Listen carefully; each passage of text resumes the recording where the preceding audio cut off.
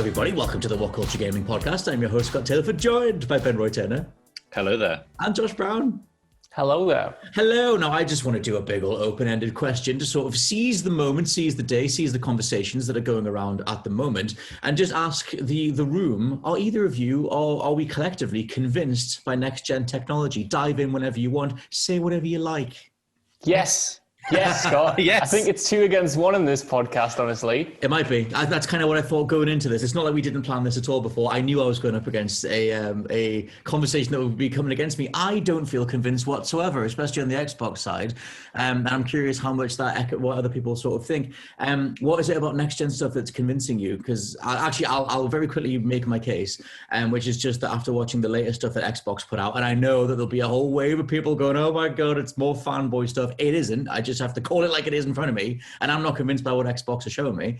Watching their stuff where it's like, oh, you can quick resume 4 to 6 games, we can load a lot faster, it's double the frame rates. I don't care. I just looked at that stuff and went, I don't need this at all.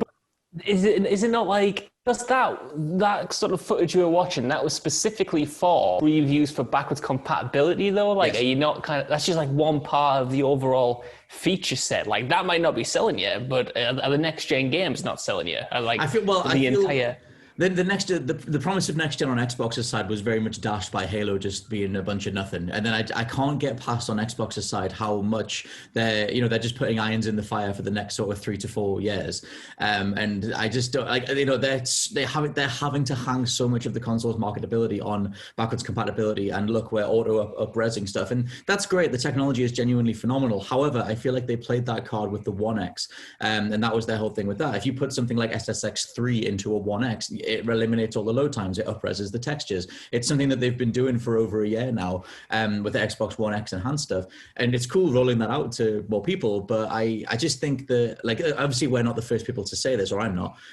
Headline-wise, there are a few outlets that have been doing the rounds the last few weeks saying, like, have Sony and Microsoft, failed to deliver the promise of next-gen tech.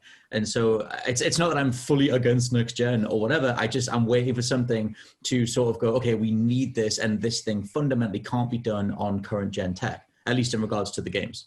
So I've not been as fully against next gen as you have since I'm not against it. The days of, like, for me, you still can't get any better than GoldenEye 64 or Mario 64. They just still look the best. But it's I think I look at it as, a bit taking it seriously now, that what we have now on this current gen is like you're squeezing the diamond out of that coal right now. You're getting the last little bit, whereas that's going to be the starting point, if not higher, for these machines that are coming up now, and things are going to look comparable at the first. And I mean, I don't care about quick resume. I don't care about any of that. I just want my PlayStation 5 to tell me off if it's powered off wrong, and as the PS4 did yesterday. And every time it does that, I think, oh God, it's going to die soon. It's just going to die.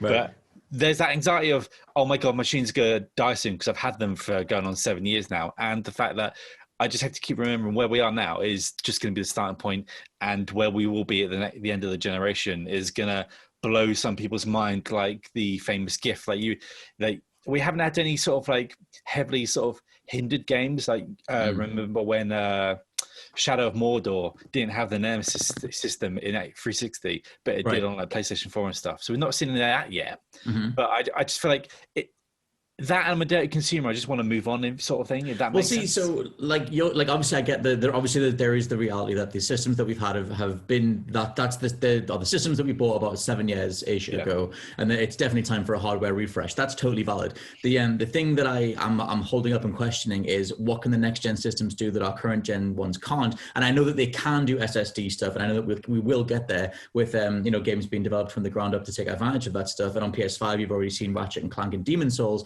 But they're like 2 titles out of everything that's available, and with Sony saying like, hey, by the way, Horizon Forbidden West and Spider-Man are going to be on PS4 as well. There's you couple that's on the Sony side. You couple that with Microsoft being like, well, we don't even have anything to show you. We're just hoping that you'll care about increased load times and refresh, being able to refresh your games quicker and stuff. I feel like they've turned console players into PC people, and I don't hate that, but I feel like for so long, it was always like console people it's new new games, it's new experiences, it's things like that. It's not incremental upgrades. We're not dropping $1,000,000 so that our games can load faster. I just don't see that as something that is convincing enough for an entire next-gen console to be hung on.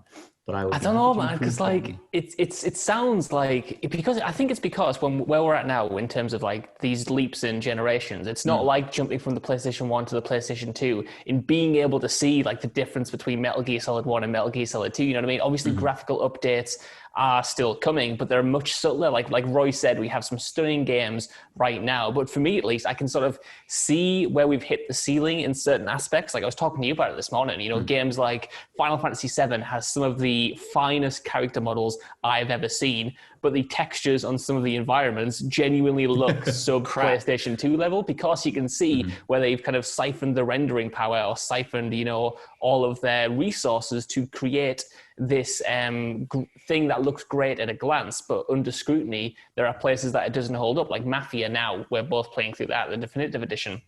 And that game looks gorgeous, but at the same time, if you're bombing throughout the city, you can see like loads of texture pop in when it comes to kind of like like the trees and the grass and even like some of the cars and like the city signs.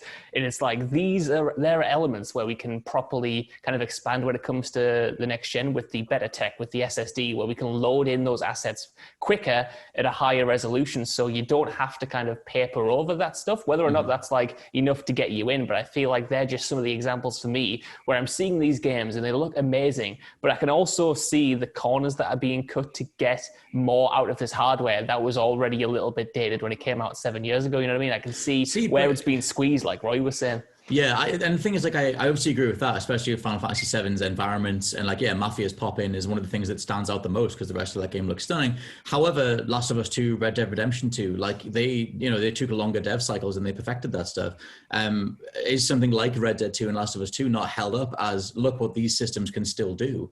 Like, not every game can take 7 years though. Like, that's like one or two in a generation where you're going to have that sort of thing where there's that much money behind it, where they can bank on it. Because at the end of the day, some man's looking at the profits. He's just like, oh, I can get a few more quid if I just put it out a bit soon, sort of thing. And it's all leading to that sort of thing. But Final Fantasy VII, I think, is actually such a great case because every 10 seconds you're going through a little nook or cranny to try and get through to somewhere, and it's really like in your face, especially towards the sort of middle chapter when you're rescuing kids in the junkyard for about 100 hours, and there's always somewhere to screw through. And again, I hate that stuff. Yeah, Outer Worlds as well. Outer Worlds was another one where by the end of that game, you're just watching a loading screen for about a minute. Yeah, I mean, it was for me anyway on my old thing down there, but the load thing.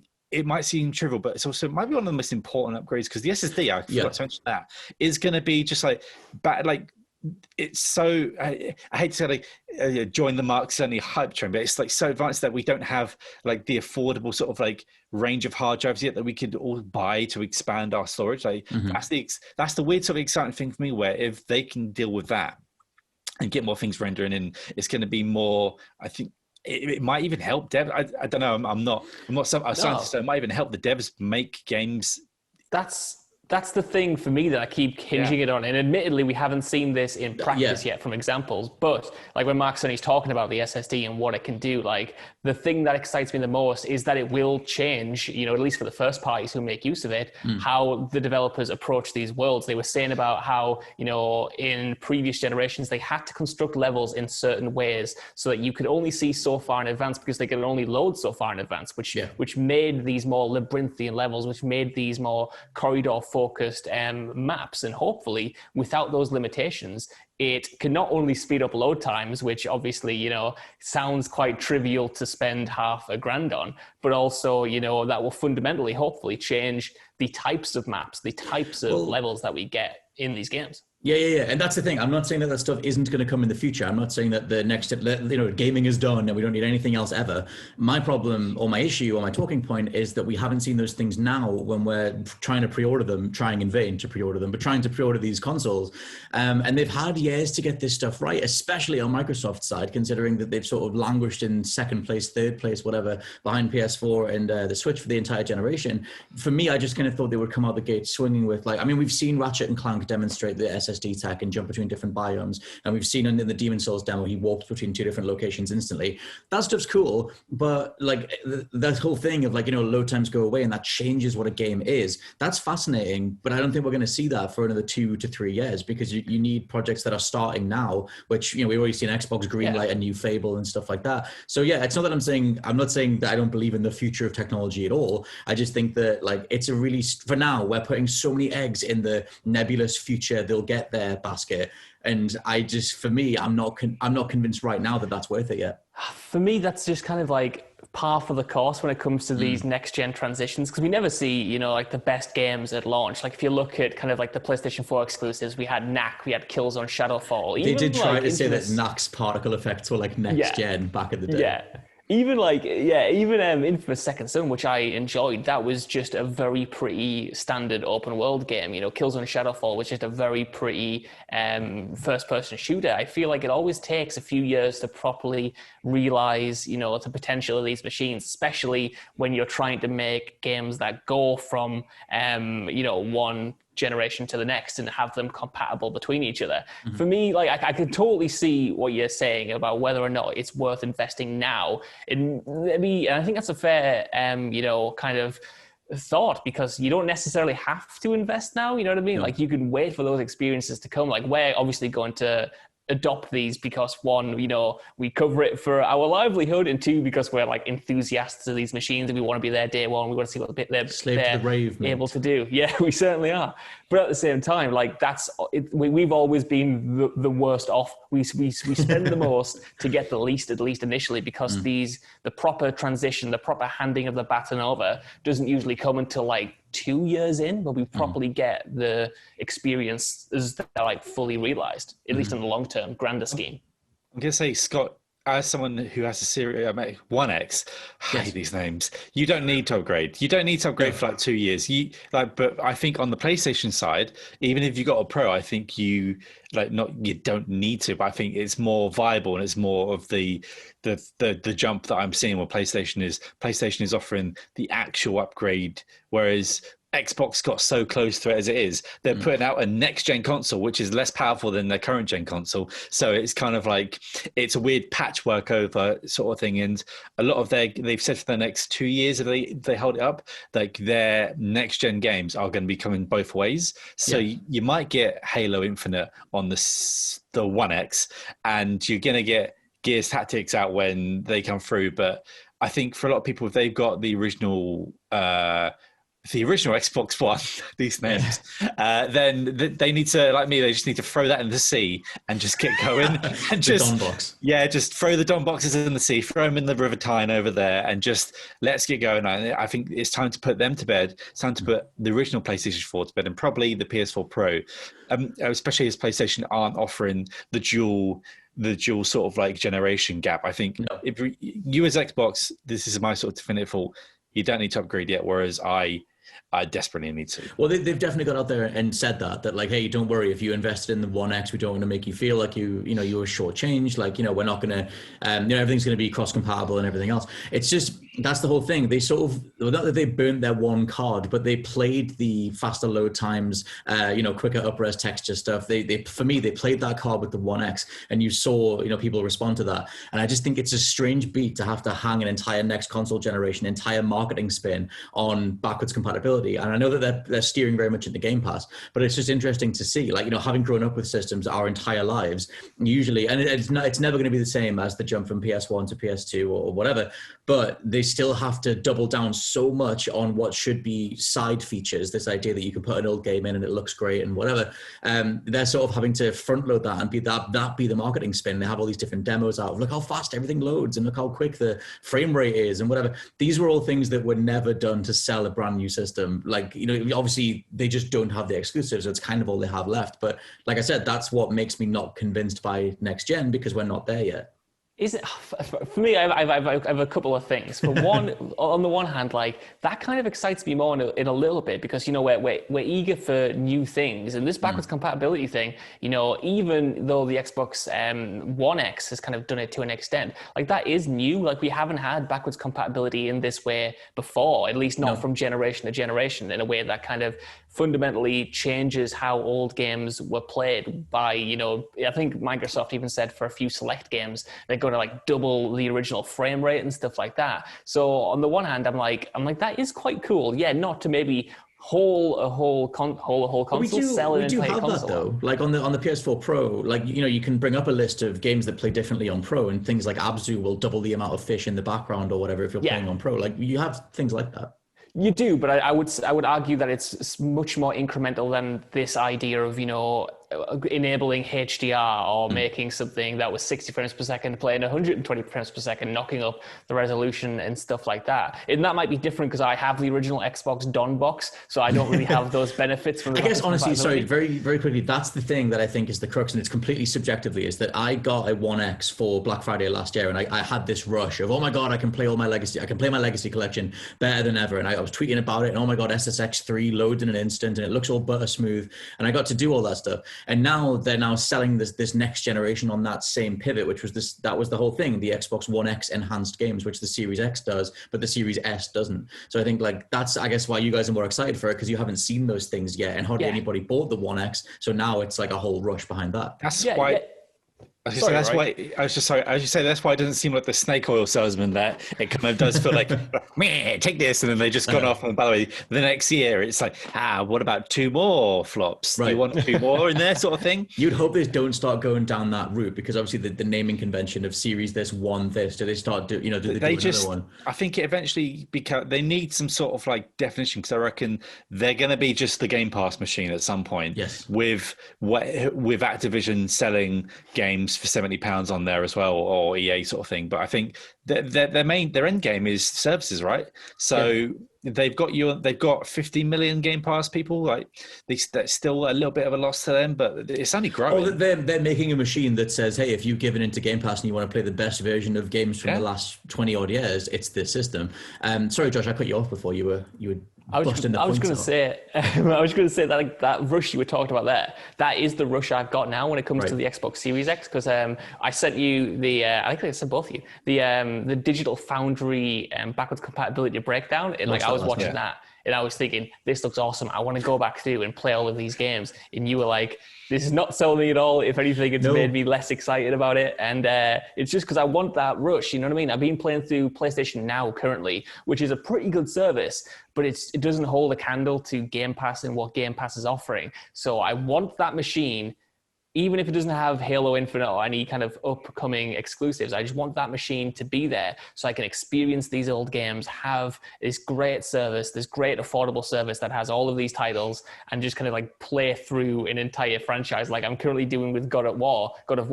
But God of War on PlayStation Now is fine, but it's just not quite there. And I'm always aware when I'm playing PlayStation Now that there's a better service. And if I could be bothered to get some more batteries and plug in the Xbox One, I could be enjoying it. You could play Ori and you could make me the happiest man on earth, but you won't do it, will you? You'll just leave it alone. But that's the thing, that whole idea of like, oh my God, I'm going to revisit all this stuff. I'm going to go back. I'm going to play everything. And I went a little bit mad and rebought Final Fantasy 13, and I bought a full spectrum Warrior and all sorts of old stuff to see what it was like on the One X, and all those textures were upgraded, and I got that feeling and it was great. But I guess it's more of it's a more subjective thing, or it's something for just us. Do you see yourselves going back through entire franchises? Like Josh, you've been back through Devil May Cry recently, and then you went to God of War. Like Ben Roy, are you looking forward to getting a new system and then replaying something, or is that actually going to hold your attention for longer than like half an hour? I played every Gears of War game last year. I am now playing through Halo 4, and I've almost played every Halo game in this year, out of order, thanks to the Master Chief Collection on Game Pass. And I'm even playing Gears Judgment, because why not? Gears Judgment is there, and it would stop playing Gears Judgment. We're just coming to the end, so let's get on to Gears Judgment and realize how weird that thing was. Yeah. So I'm here for playing the older stuff. Like this thing is I want to play Resident Evil 7 again, like it's spooky mafu, but also I want the platinum. But then seeing it come into PlayStation 5 on now. Like, oh, but is it going to look really good on now? Should I just wait? But it's that sort of thing. I do when it's a series I love and enjoy. Like the year before last, it was all the Resident Evil games I went through and did. Like if they're on there and if they're so easy to access, I'm gonna get them on there and I'm gonna play through them. Like with Halo, with Xbox as well. Like I was doing Half-Life 2 and just playing through that, and I was even on the DOM box, you could sort of like feel how quicker some of the more loads were. And I remember that game used to hang, the orange box, back in the day. Yeah. Especially on 360. So it's weird because I think we're also all going in different directions. Like I'm going to get a 5-disc and Series S. Josh, you're going to get you're going to get a Series X and a disc? Series X eventually, and a PS5 disc version, yeah. And Scott, you're just going to burn everything. I'm just not going to get everything. I might burn it after, but we'll see. I'm definitely getting everything. Yeah. But yeah, it's like it's. I don't know. Sometimes the graphical fidelity as well. Like I don't mind having the Series S as my sort of like lower rent machine where I can just go back to some of these other things. To me, it's kind of like playing the Switch and playing Super Mario 64 on the Switch the other day and just going through that. And after you get used to the horrible camera controls, you can sort of get back into it. That's a perfect thing, because if Nintendo sold their next new console on, you can play Mario 64, but it has camera controls and the textures are cleaned up, I would be fundamentally disappointed by that. I would just buy it straight away because I'm a slave, like especially when it comes to 64 stuff like that. But they're gonna have the games. I think that like they've just gone and got Todd Howard and bought him a new house. Like they're fine. They're gonna. I think it's all coming. I think it's just. Because Microsoft, the company that makes Word, right? The company that makes most of the machines that people are probably watching on, if it's not their phones. Like they're such a monolith that they've had to turn. It's like it's taken so many years, 7 to course correct. Like we're lucky we're not getting another Kinect. There wasn't a Kinect 3 already planned. Like imagine if that was still a thing. So you could use Skype on your television, all the frills.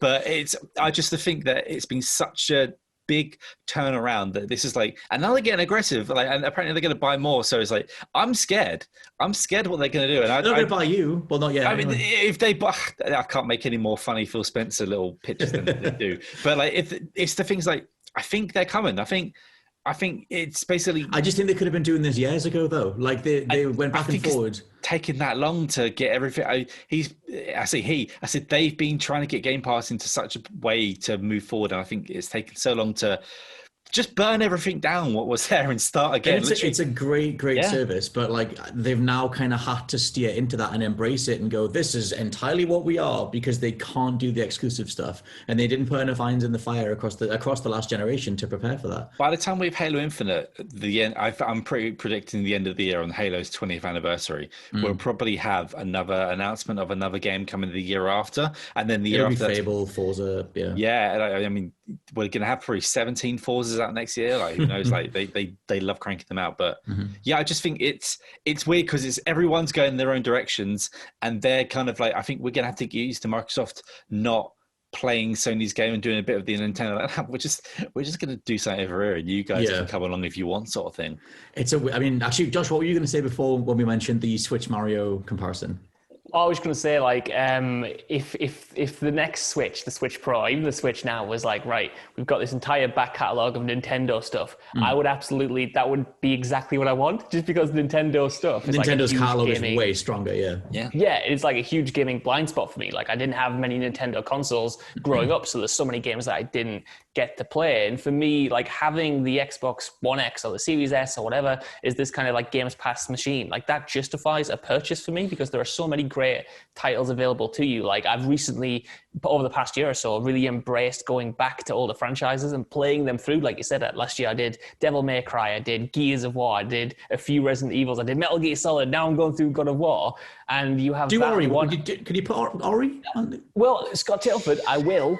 When I get the new next gen machine, I'll go back, I'll play them in HDR. I will if they're there. Josh, but at the same time, sorry, God, Ori's an alright game if you've got like a couple of podcasts to kill or something like that, but it's like I would probably just jump to Will of the Wisps if I'm being honest. Probably jump in the sea, to be honest. Controversial, but here's the thing though. Here's the other side of this coin that's so appealing to me. Not only have I got all of these older games that I know I like, but I've got new and inventive games that I might not give a chance. Like I want to give Void Bastards a go, that Ben Roy said, and recently I've gone through the Outer Wilds that I bought on PlayStation, and it's instantly become one of my favorite games of all time. But I might have gotten to that game earlier because I know it's on Game Pass. And if I just saw it without having that financial investment needed to get over that hurdle, I probably would have downloaded it last year and played through it then and got that experience beforehand rather than deferring it, waiting for it to go down in price. So why do you need the Series X to do the things that you've just described?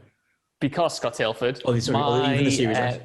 Because my Xbox One currently sucks and it is not very good and I don't like the controller, and I just want this I want all of these games, like the games themselves, the Game Pass service is what I want, but also I want the added kind of features of, backwards HDR, of better frame rates, of more stable games with kind of like better performance, because even like a lot of the Xbox games that I want that are current, like the Outer Wilds or whatever, like Void Bastards or I don't know, Dead Cells, just a few games that I know are on Game Pass off the top of my head. Like some of those will benefit from modern features that I couldn't get on my original Xbox. Like right now, in terms of frame rates and quick resume and stuff. Yeah, like I couldn't get HDR on my original Xbox that I have currently, and yeah, I could buy an Xbox One X, but if I'm going to pay that much, why not just pay a little bit extra and get either a Series S or an Xbox One X? Because that will future-proof me, you know what I mean? Like that's not going to be left behind. Then I can play the Do you think that you guys are representative of the image? Because like I said, hardly anybody got the One X. I got it as just a stupid, I've just been paid and it's Black Friday.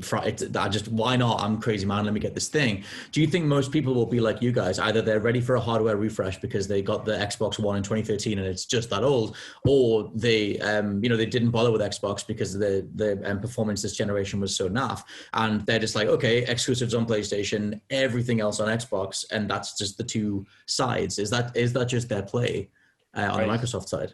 I think you were in the minority of people that just got the One X, because I have a friend who got the One X and I played Gears 5 on that for a bit. I was like, it looks pretty. The mountains over there look better, but I don't mind my low-res JPEG mountains if I can shoot what's in front of me and it still sort of works.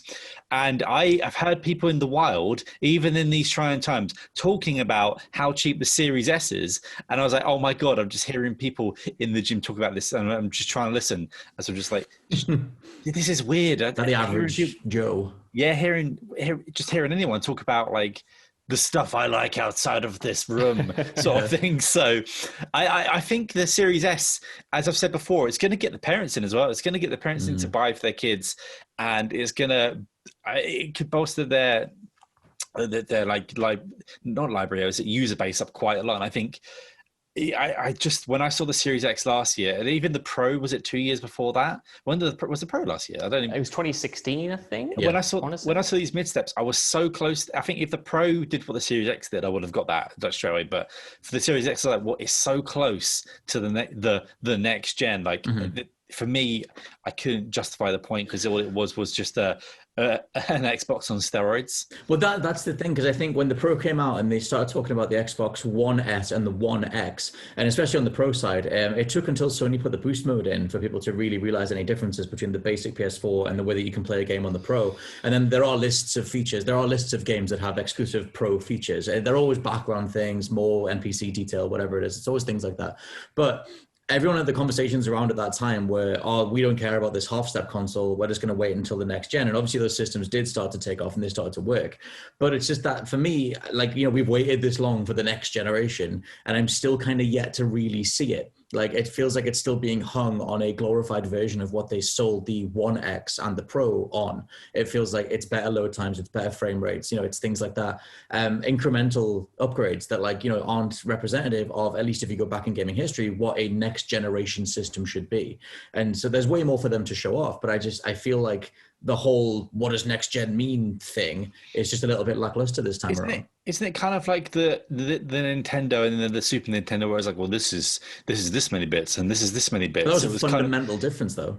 I mean, I think the flops are going to be a fundamental difference as well. Like, I think I think that between those two consoles, like, and between what we have now, I think that's kind of the similar thing we're looking at. It's not like a Super Nintendo to an N64 jump or the PS1 to the PS2, but I think on the back end, it's going to be noticeable so much like quicker. And I just think it's that sort of level of, well, more powerful because we need it more powerful to do these more things. And we have reached a point where we can't, as Joshua said, we can't get any more out of these games.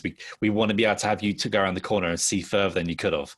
And we want it to be in more than just the Naughty Dog prestige titles or say from Sony Santa Monica and something like that. We want this to be, this sort of tech to be more accessible to everyone. And I think like, I'm not saying like all of Sony's games are like up there, but I feel like they get a lot more time. They have literally they've got Sony behind them. They've got a $6 billion company behind them, and then the Microsoft stuff. I think the reason why they can afford to just put Halo off for a year because Craig needs a facelift, and they've got even more billions. So. I just think that when we had the PS4 and the Xbox One launch, it took a couple of years before you got the Witcher 3s, the Phantom Pains, the Fallout 4s. It took a little while, a couple of years before you got those games that felt like they couldn't be done on previous hardware. And that was one of the first generations where that was the case out the gate, where we were looking at the likes of Knack and Killzone and Infamous and just thinking, well, this could have been done on the PS3. PS3 ended its lifespan with The Last of Us. Clearly, it's a big fancy thing. And obviously, graphics are a side of it when it comes to Second Son, but for the most part, the mechanics of those games could have been done on last-gen hardware. And I guess part of me thought hoped the next-gen console turnaround, because we've already had the half-step systems, we're moving into these sort of amazing, experiences that take full advantage of things like SSD technology, and they would be front and center, whereas they're not right at the minute. And there's there's a couple of games that are, but it's so very little. We might as well do closing thoughts though, because I'm kind of just man in the middle in most respects. Josh, what's your closing thoughts on the prospects of next gen? I will agree that, from a marketing perspective, I don't think either company has done a great job in showing off the power of, what next-gen games can look like. But I think that is partly an intentional thing, because they are trying to ease the transition for people who don't want to jump in straight away. They're trying to make it so it's not just this hard cut-off point. But for me, the excitement comes not only from what they've been saying and what I know that the technology can do, but also just from seeing the limitations of the current gen. That's really the thing that's got me excited for next gen, because over the past year especially, I don't know why, because I can't remember this happening with Xbox 360. Maybe it's because the tech in the current consoles aren't, like I said at the beginning, were a little bit dated when they first came out.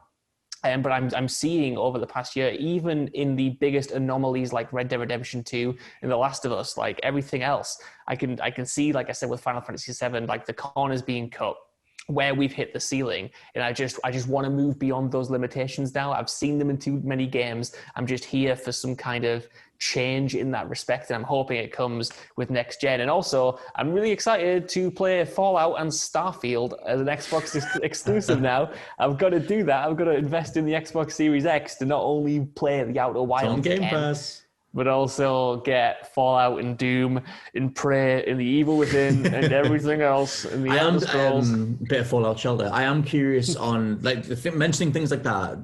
That idea that next gen could bring about this idea of maybe being able to do something in Final Fantasy VII's case, where the environment is as detailed as the character models. For me, that's more reflective of the development turnaround and where their focus was. Because you can look to the likes of Red Dead 2 and Last of Us and go, okay, enough time equals complete high fidelity quality renders across the board. And so I question how much the hardware allows for that when that could be done, whether that affects the time frame of those games' turnaround or not. For me, not to keep going on about these final thoughts and turn them into a whole other podcast, but for me, it's like you look at those anomalies and they all have one thing in common, and it's this intense crunch. It's this intense kind of toll that it takes on the developers to reach that point. Yeah, that point is reachable, but it's difficult and it takes a lot of time and it takes a ridiculous amount of effort. And if next gen allows to lower that ceiling and make the things that these exceptional anomalies are doing now in such a vacuum, if they allow that to become a standard, then that is good for the developers, because it makes them that easier. It makes it, if that is hardware based, yeah, it makes me super curious whether it just takes that long to make a 4K leaf, regardless of where you're coding it. Like that's the thing. Benro, what's your closing thoughts on next gen stuff? Next gen good, Ben Roy want. Good. That's good. I just say that I'm on the Final Fantasy thing. Like, I remember the first thing I did when I played it and I got to the old ladies tavern, whatever it was called, after chasing some cats about, is I saw a tap and I saw how it looked like it was out of a PS2 game. And I was like, look at this tap, it is terrible. But for the most part, that didn't ruin my experience of the game, right? But I just think there is nowhere else this point is going really, apart from, I think if they had it on the PS5, they can make that tap look good. That's my scientific. Ben would like new taps. That's my scientific thing, and I think next gen good, next gen want. But if you have Xbox One X, next gen wait. Yes, that's the thing. I think I'm curious how much the new hardware factors into the realities of development, and whether we do see the average game start to look a lot better or start to look a lot next gen, and how much SSD stuff factors into that. But yeah, let us know anything down in the comments below. Are you convinced by next gen tech, or are you slightly on the fence like me? For now, this has been the WhatCulture Gaming Podcast. I've been your host, Scott Tilford, joined by Ben Roy Turner, 4K taps, and Josh Brown. Goodbye. And we'll catch you next time. Bye. Good night.